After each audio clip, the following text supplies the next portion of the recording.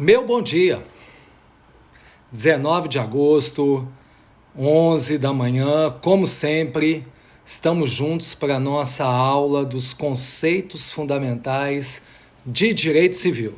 Esse é o nosso 11º encontro, vocês lembram sempre que são 16 encontros nessa primeira temporada, eu prometo que eu volto depois, tá? E continuando a trilogia dos contratos, hoje falaremos sobre equilíbrio contratual. Mas para quem está conversando comigo aqui pela primeira vez, lembra sempre que cada aula tem cerca de 50 minutos. As aulas são sempre verticalizadas, densas, mas eu procuro colocar a mensagem da forma mais didática possível. E ao final da nossa conversa de hoje, eu digo qual será o tema da nossa próxima aula do dia 26, na quarta-feira. Combinadíssimo? Então, como sempre, eu peço licença aos queridos amigos para desativar os comentários para não ter problema nenhum. Então, estou desabilitando. Vamos aqui. Perfeito. Gente, então agora o tema é um só: equilíbrio contratual. Vamos fazer um acordo?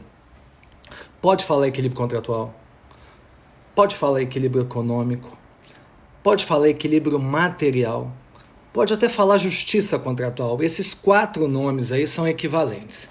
Eu normalmente vou falar sobre equilíbrio contratual. Eu vou tentar utilizar o vocábulo equilíbrio contratual, mas os outros vão bem também. Eu quero começar dizendo que para mim é ótimo conversar com vocês sobre esse tema, porque o que eu vejo da prática, eu quero falar agora dos tribunais, não é legal. Os tribunais, se vocês forem ver os acórdãos, eles aplicam a expressão equilíbrio contratual basicamente em contratos do CDC, contratos de saúde, contratos de habitação. Isso é uma tremenda confusão, eu vou mostrar.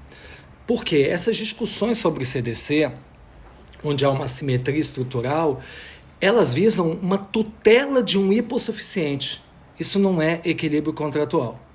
Ou seja, outra coisa que eu também vejo de muito de errado que a gente vai conversar hoje é que o equilíbrio contratual é muito utilizado como se fosse uma muleta para o princípio da boa-fé objetiva, para proteger o vulnerável. Ou ele é utilizado ao lado da função social e do enriquecimento sem causa, com a finalidade de nulificar cláusulas abusivas desnecessariamente. Porque à medida que vocês forem conversando comigo hoje, o que eu vou mostrar é que o equilíbrio contratual ele se relaciona à singularidade de 2 contratantes, é o equilíbrio das prestações numa relação contratual singela. Não tem nada a ver com aquela simetria estrutural dos contratos de massa. A gente está começando só, mas eu vou desenvolver esse assunto com calma. O que eu noto que a maior deficiência na doutrina brasileira é que o equilíbrio contratual ele merece autonomia. É o daqueles princípios contratuais contemporâneos, é aquele que carece de maior aprofundamento e é aquele que carece da necessidade de critérios mais precisos, critérios mais específicos. Então vamos começar vendo como é que esse mundo do equilíbrio contratual pode ficar claro. Em primeiro lugar, o problema é da raiz, é do Código Civil.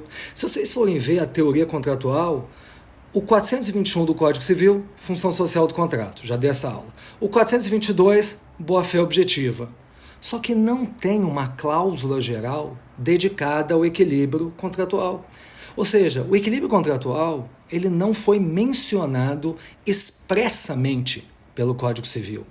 O Código Civil só fala de suas emanações, mas não dele intrinsecamente. E isso é algo que a gente tem que levar em consideração, porque quando nós transportamos a tríade do revolucionário francês, liberdade, igualdade, solidariedade, para os contratos, qual que é a menção que eu tenho que fazer para vocês? Autonomia privada é a liberdade. E aonde entram as 2 dimensões, igualdade e solidariedade? Elas entram nos princípios constitucionais, nos princípios contratuais contemporâneos. Boa-fé, função social do contrato, equilíbrio contratual, ok? Ou seja, de um lado, autonomia negocial, liberdade. De outro, as escolhas de fundo do ordenamento jurídico. Acontece que quando eu falo onde está o princípio constitucional da solidariedade, Para mim é simples. Está na boa-fé e na função social do contrato. Como vocês já viram na aula anterior, na boa-fé, a solidariedade ela penetra de forma horizontal, regulando a necessidade de lealdade e coerência entre os contratantes, integrando a boa-fé objetiva através de deveres anexos, evitando o abuso do direito. Já na função social do contrato, o princípio da solidariedade ele penetra de forma vertical, porque ele relaciona os contratantes com a sociedade e vice-versa. Então, a solidariedade aí para mim, ela está claríssima. E eu não vou negar que a solidariedade também influencia de algum modo a aula de hoje, que é o equilíbrio contratual. Agora, nunca esqueçam, o equilíbrio contratual, basicamente, ele é ligado ao princípio constitucional da igualdade material.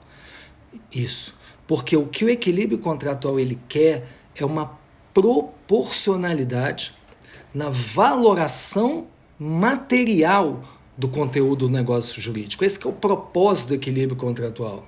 O Pietro Perlingier ele tem uma frase muito bonita, ele diz que o equilíbrio contratual, olha que legal, é uma ferramenta para evitar desproporções macroscópicas, injustificadas entre as prestações. O que ele quis dizer com isso, basicamente? Que o direito civil e o direito empresarial, que são os locus por excelência onde eu aplico o princípio do equilíbrio contratual, eles são relações de presumível paridade entre as partes. E o equilíbrio contratual, ele entra pontualmente, porque o desequilíbrio não é a regra, o desequilíbrio é exceção nos contratos intercivis e interempresariais. Ou seja, o equilíbrio contratual ele entra para evitar um enorme sacrifício de uma das partes em uma relação contratual. O equilíbrio contratual vem para preservar o sinalagma, a correspectividade entre as obrigações. O que eu estou querendo dizer em sentido contrário? Prestem atenção. Que o equilíbrio contratual ele não é um meio para a redistribuição de riquezas. Ele não serve para a correção de externalidades do mercado. Nada de ficar pensando naqueles pratos gregos da balança que ficam iguaizinhos, porque o equilíbrio contratual ele não busca uma equivalência absoluta entre as duas prestações. Não, ele visa, como eu disse, corrigir injustiças macroscópicas, excessivas. Então, a meu ver, a melhor forma de todo mundo perceber o que é a essência, o núcleo do equilíbrio contratual, é pensar que esse núcleo do equilíbrio contratual ele pode ser visto de forma objetiva e interna. Primeiro, por que objetiva? Porque num caso concreto, a gente tem que ver os parâmetros objetivos daquele caso, ou seja, o que acontece ordinariamente no mercado para aquele tipo de contrato, né? Como é que partes distintas naquela mesma região contratual se portam? E quando eu falo que o equilíbrio contratual, além de uma perspectiva objetiva, tem que ter uma perspectiva interna, isso é muito importante, é que a gente tem que lembrar da obrigação como um processo. A relação obrigacional é aquela relação específica interna desenvolvida pelas partes, com as suas especificidades e vicissitudes. Por isso, quando eu associo o equilíbrio contratual à ideia de proporcionalidade, senhoras e senhores, não é apenas uma proporcionalidade quantitativa, é uma proporcionalidade qualitativa, já que nós temos que olhar a análise interna daquela determinada relação. É isso. Então, como a gente está avançando, o que eu quero dizer mesmo? Que não existe um princípio geral no Código Civil do equilíbrio contratual. Não existe uma fonte legislativa do dever de equilibrar um contrato. O que existe, e é boa parte da nossa conversa, são institutos, prestem atenção, que pontualmente concretizam o equilíbrio contratual. Mas qual foi a cilada do Código Civil? é que todos esses institutos que de alguma maneira concretizam o princípio do equilíbrio contratual, que é um princípio objetivo, quase todos esses institutos, ou todos eles aderem, eles acrescem circunstâncias subjetivas. Eles trazem um voluntarismo. Ou seja, quando tem uma lesão, modificar ou anular o contrato, vocês vão ver que tem elemento subjetivo. Quando tem uma necessidade de rescindir um contrato por um vício redibitório ou um abatimento, é uma questão de equilíbrio contratual, mas tem elemento subjetivo no meio. Quando se trata de uma onerosidade excessiva, é caso de revisão ou é caso de resolução?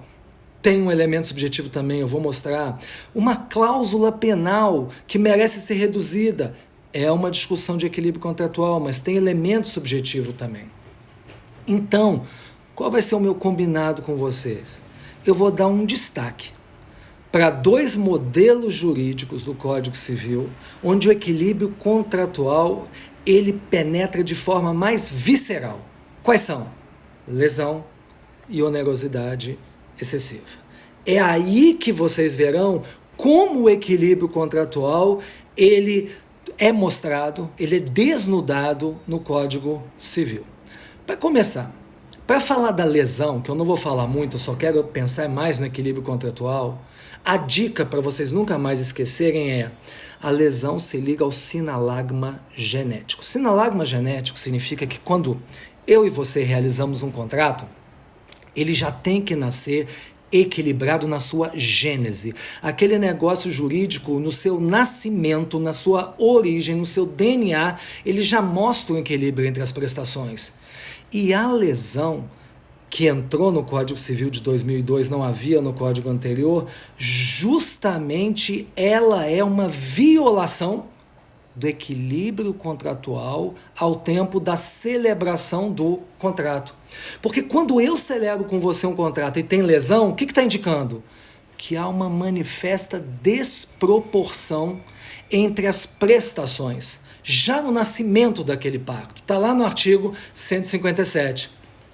O interessante, o Código Civil ele foi inteligente e ele não diz qual é o percentual dessa desproporção. Não, o Código Civil trabalha com um conceito jurídico indeterminado. Porque lá em Roma, quando falava lesão enorme, era uma desvantagem de 50% no preço.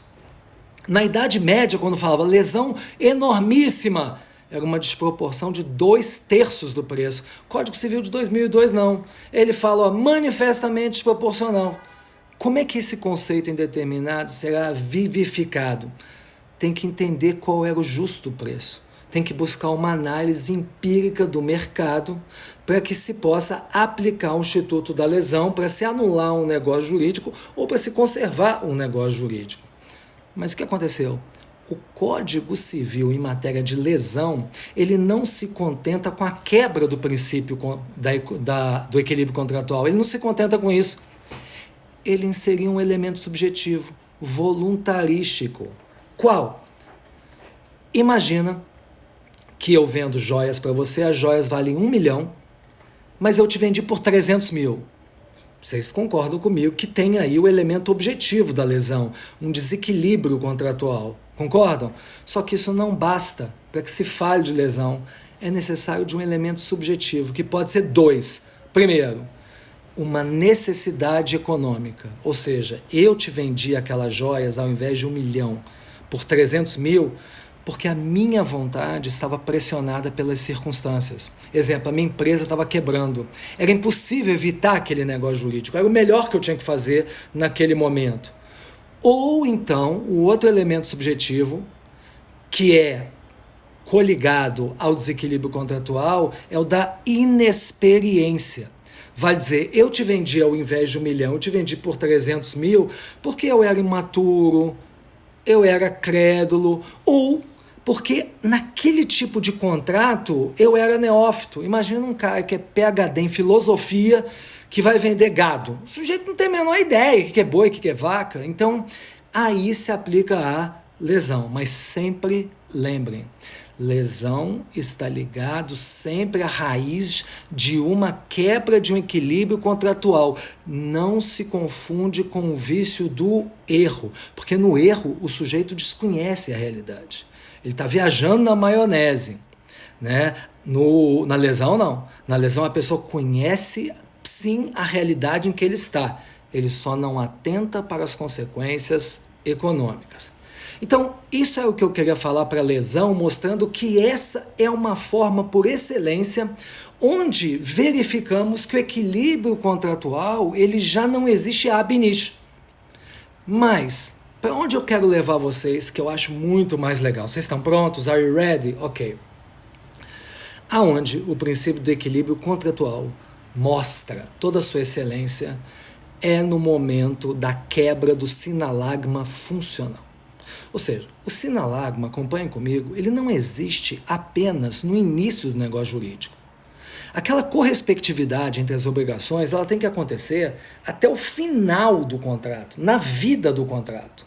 Então, muitas vezes, uma relação obrigacional começa maravilhosa e o desequilíbrio contratual ele surge em sua vida, em sua transição. Então, isso é importante. Eu tenho que conversar com vocês sobre isso, porque normalmente os contratos civis e empresariais são contratos de duração.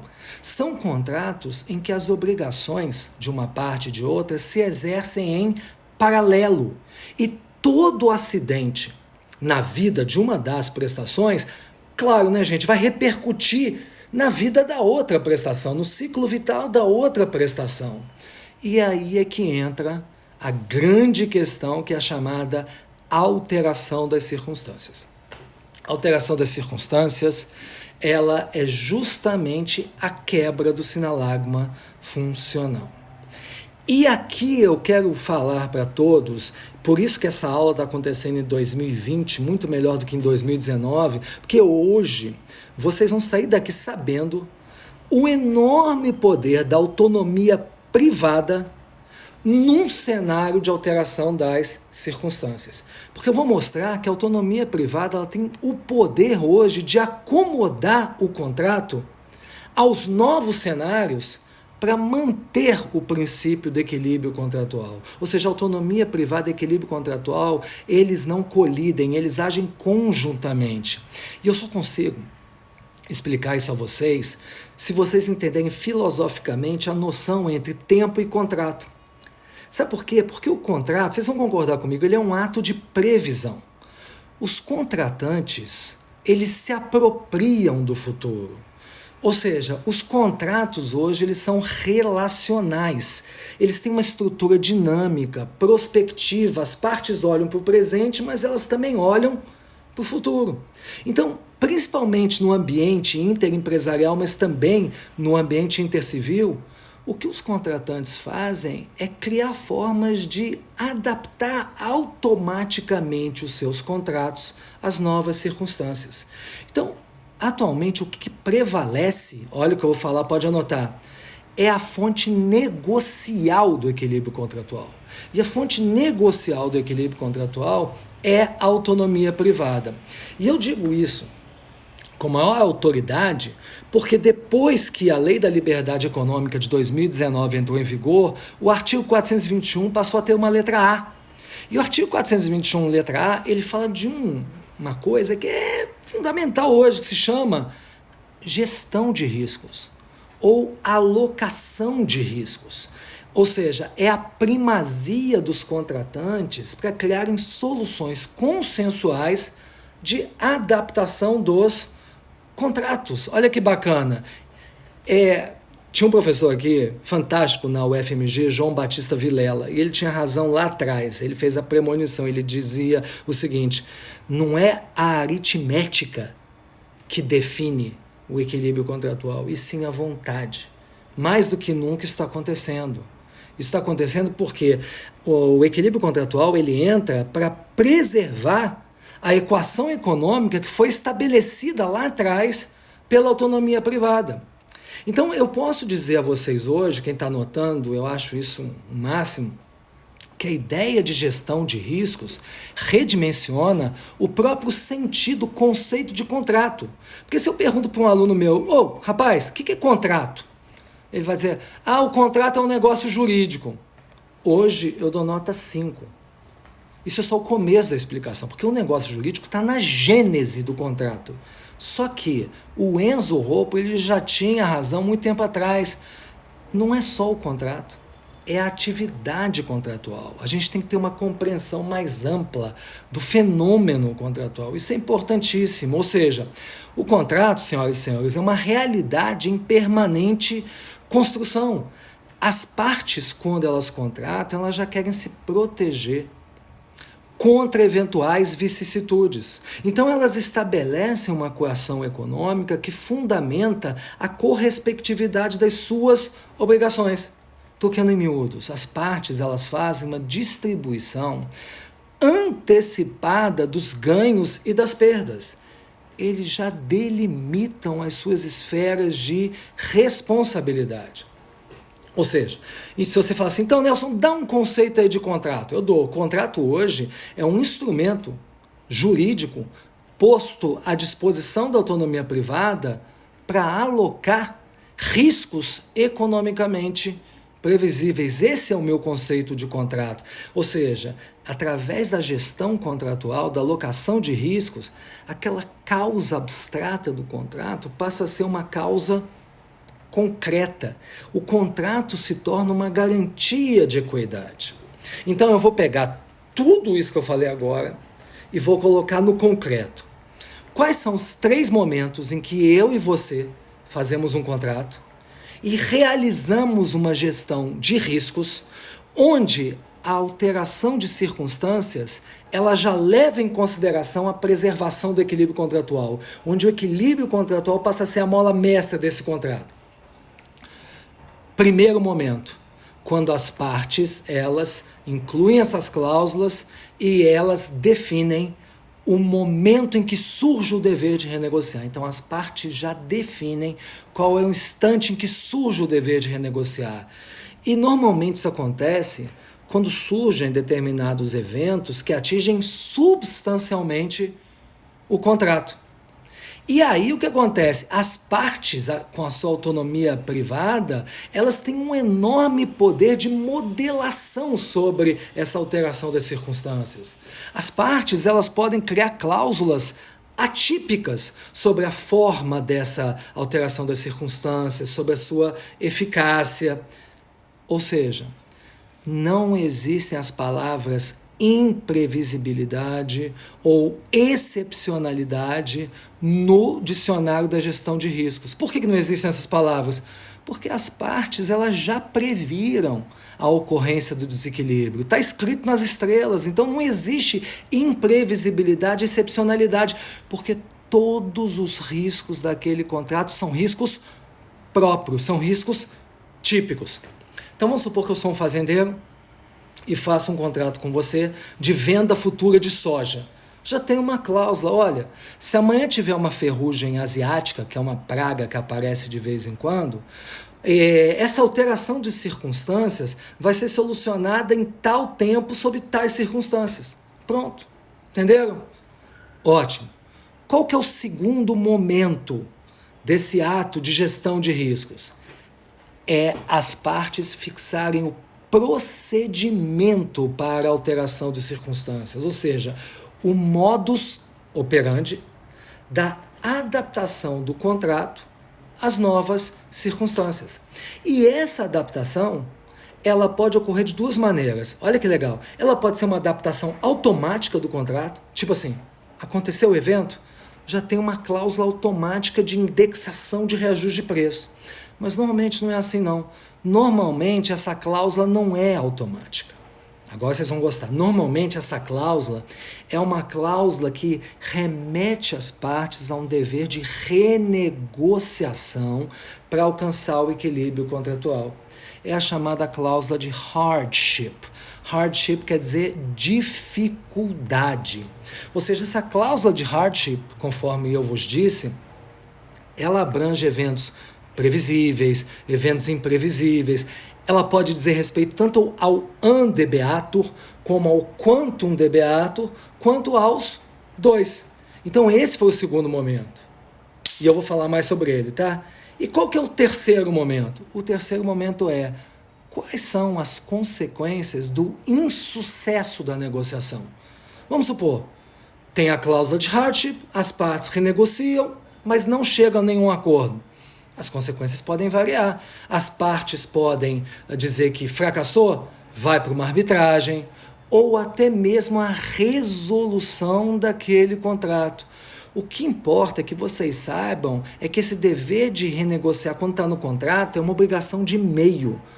Não é uma obrigação de resultado. É uma obrigação de meio porque é um dever de renegociar com lealdade. Mas não é de resultado porque as partes não têm a obrigação de concluir um aditivo com sucesso. Por isso olha só, que se as partes renegociam, mas não chegam a nada, há o desfazimento do negócio jurídico sem que se fale em qualquer inadimplemento. Sem qualquer inadimplemento. A gente só pode cogitar de uma violação da boa-fé objetiva se uma das partes simplesmente foi leviano, não fez uma renegociação séria, fingiu uma renegociação. Aí sim eu poderia falar numa quebra da boa-fé objetiva pelo abuso do direito. Agora, olha, eu ainda estou nesse terceiro momento. Vocês vão ver uma coisa. Hoje, a relacionalidade contratual está tão intensa, em determinados contratos a cooperação é tão elevada que, olha que legal, as partes intencionalmente elas criam um contrato incompleto.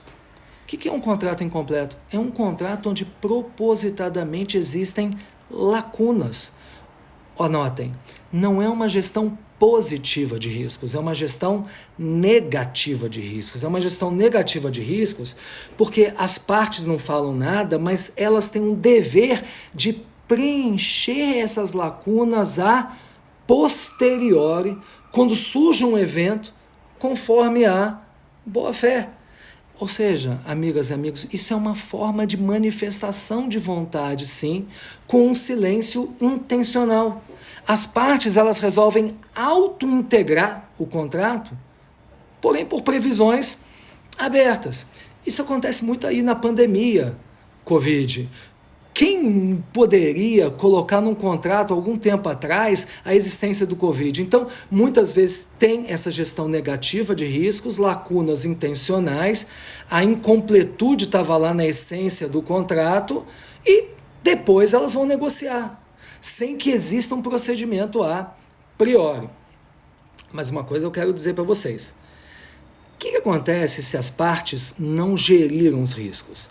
Quando eu digo não geriram, nem houve uma gestão positiva, nem houve uma gestão negativa de um risco, de um evento superveniente.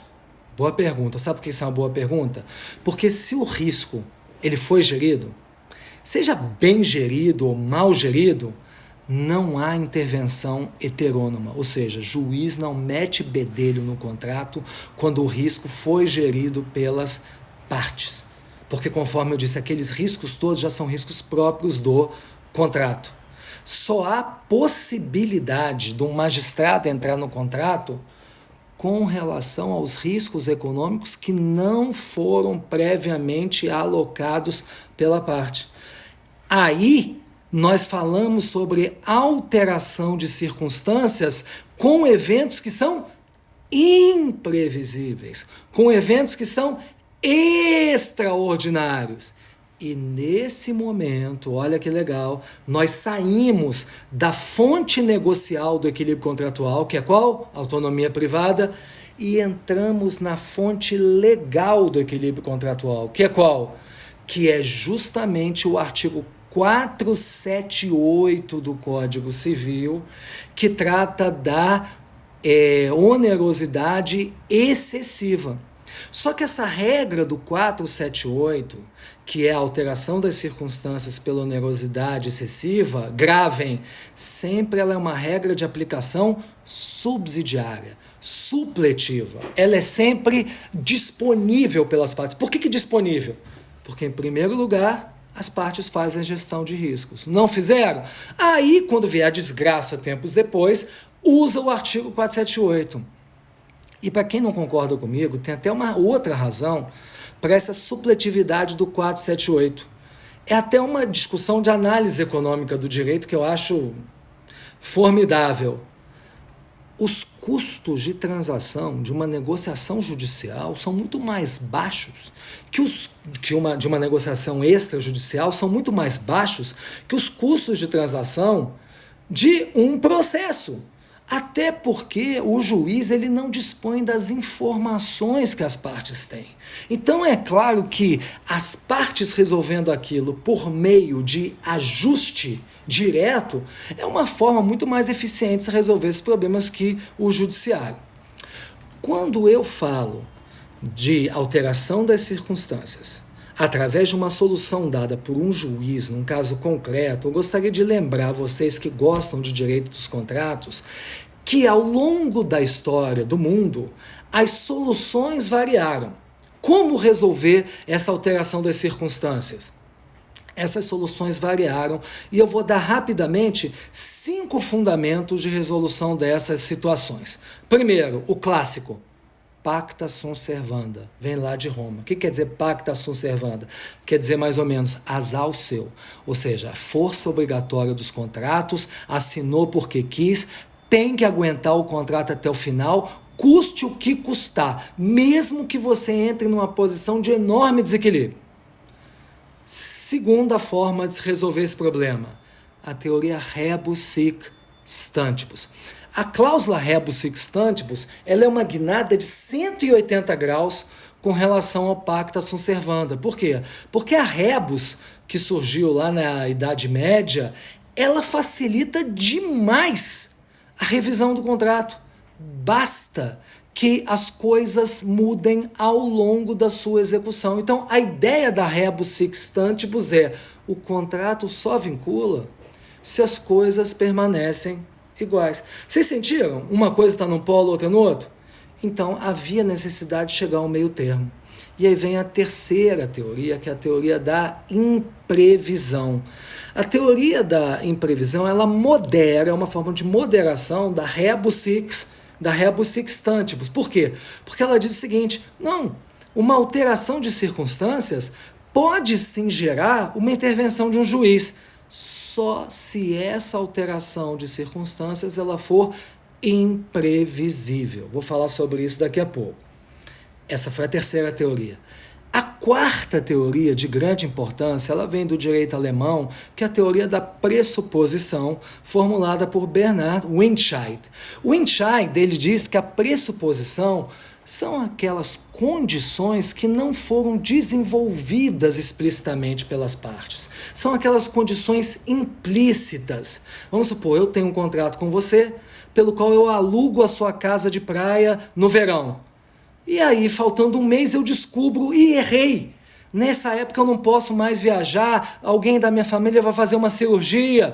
Então eu poderia, nesse caso, pedir a intervenção de um juiz. Por quê? Porque houve ali uma condição implícita que era um fato desconhecido.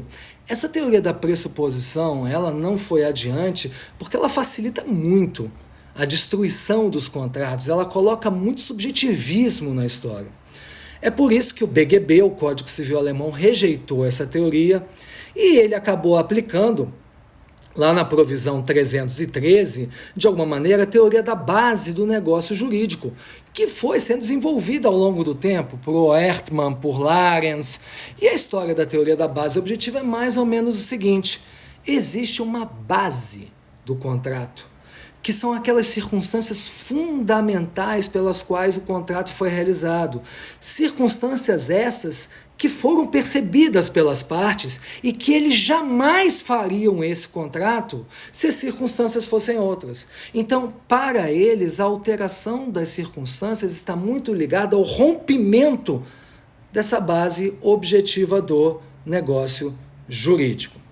Eu quero dizer a vocês todos, estou vendo aqui que nós temos ainda alguns minutos, que o Código Civil Brasileiro, no artigo 478, o 478 é o artigo-chave para entender a alteração das circunstâncias, ele trabalha a alteração das circunstâncias buscando o equilíbrio contratual, o princípio do equilíbrio contratual, com a teoria da onerosidade excessiva.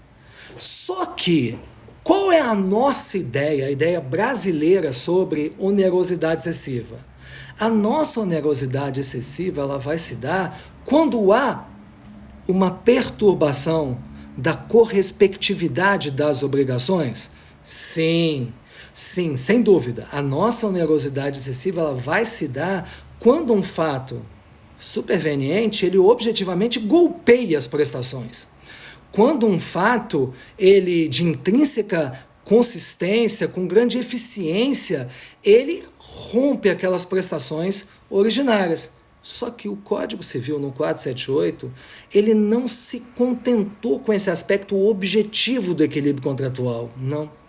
Ele incluiu dois elementos subjetivos, quais sejam a imprevisão e as circunstâncias extraordinárias. Então, a imprevisibilidade e a extraordinariedade, elas entram como elementos subjetivos na nossa teoria da alteração das circunstâncias, que é a da onerosidade excessiva do 478. E se vocês me perguntarem, Nelson, como é que a doutrina brasileira tem feito, desde a vigência do Código Civil, para, de alguma maneira, mitigar a possibilidade dos magistrados agirem discricionariamente na hora de interpretar esses requisitos subjetivos no caso concreto? Eu diria a todos que existem 4 critérios objetivos para colocar mais clareza nessa situação. Primeiro, o magistrado tem que observar qual que é a conjuntura de mercado daquele contrato.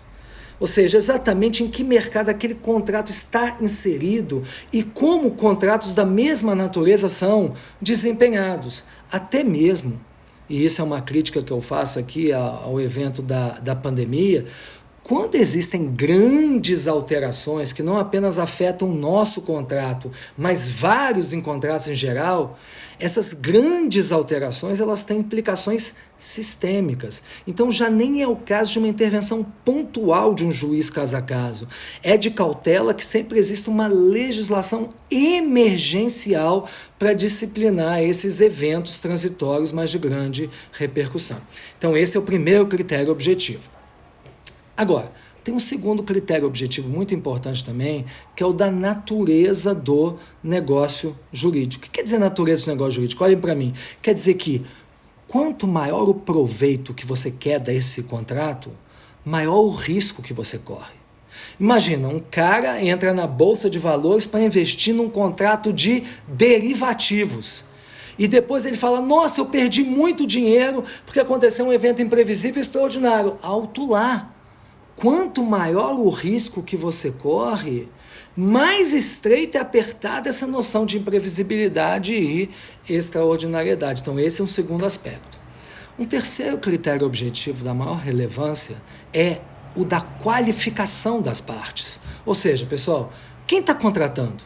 São 2 empresários refinados, acostumados àquele negócio? Não tem muito espaço aí para imprevisibilidade e extraordinariedade. Agora, e se quem está contratando é um profissional habituado àquele negócio, com um sujeito ali que é um novato naquele campo, aquele contrato ali visa suprir uma necessidade que ele tem, aí é claro que essa condição especialíssima entre as partes, mesmo se tratando de um contrato civil, presumivelmente simétrico, tem que ser levada em consideração quando se concretiza a ideia de imprevisibilidade de extraordinariedade. Agora, o mais importante, ao meu ver, é o 4º critério. Qual que é o 4º critério? É a especificidade do fato superveniente. Especificidade do fato superveniente significa o seguinte: o juiz, diante de um processo concreto, ele não tem que verificar se o fato é subjetivamente imprevisível. O que ele tem que verificar é outra coisa. É se os efeitos, se as consequências são objetivamente imprevisíveis. Isso que ele tem que olhar. Vamos pegar um exemplo aqui. Alguns anos atrás teve um vulcão que explodiu na Islândia. Esse fato não é subjetivamente imprevisto. Aquele vulcão ali explodir na Islândia acontecia a cada 50 anos. Só que o que aconteceu dessa vez? A explosão foi tão impactante que teve uma nuvem na Europa que por uma semana nenhum avião pôde voar. Então é claro que apesar do fato não ter sido subjetivamente imprevisto, ninguém vai negar que as consequências e os efeitos foram objetivamente extraordinários, objetivamente imprevisíveis. Isso que é o importante. Então, com base nesses 4 critérios objetivos, fica de uma maneira mais fácil entender como coligar o equilíbrio contratual na alteração das circunstâncias com esses aspectos subjetivos. E o que me chama a atenção, amigas e amigos, é que quem lê o 478 do Código Civil pensa que a resolução é a resposta básica do Código Civil. Isso é apenas uma aparência. A resolução ela é uma possibilidade. E a resolução nunca é legal. Ela não é bacana porque quando um contrato é resolvido, as partes elas veem aquele negócio jurídico sendo desconstituído. Elas retornam ao estado originário e elas têm que se restituir reciprocamente. Isso não é bacana. Aí vocês falam, Nelson, então qual que é a solução? Aparentemente parece que o 479, que é o artigo seguinte, ele vem para dizer que a revisão só vai acontecer, olhem o que eu estou falando, ao invés da resolução. A revisão, ela só vem acontecer se quando você entrar com ação de resolução contra mim, dizendo, eu não quero mais esse contrato, eu, como réu, faço um pedido contraposto, dizendo, não vamos terminar esse contrato não, vamos adaptar as novas circunstâncias, como se a revisão fosse uma válvula de escape. Mas, na verdade, é apenas uma aparência, esse diálogo do 478 como uma norma principal e o 479 como uma norma subsidiária. Por quê? Porque vocês têm que sempre lembrar do princípio da conservação do negócio jurídico. O que o ordenamento jurídico quer é que os contratos eles sejam cumpridos.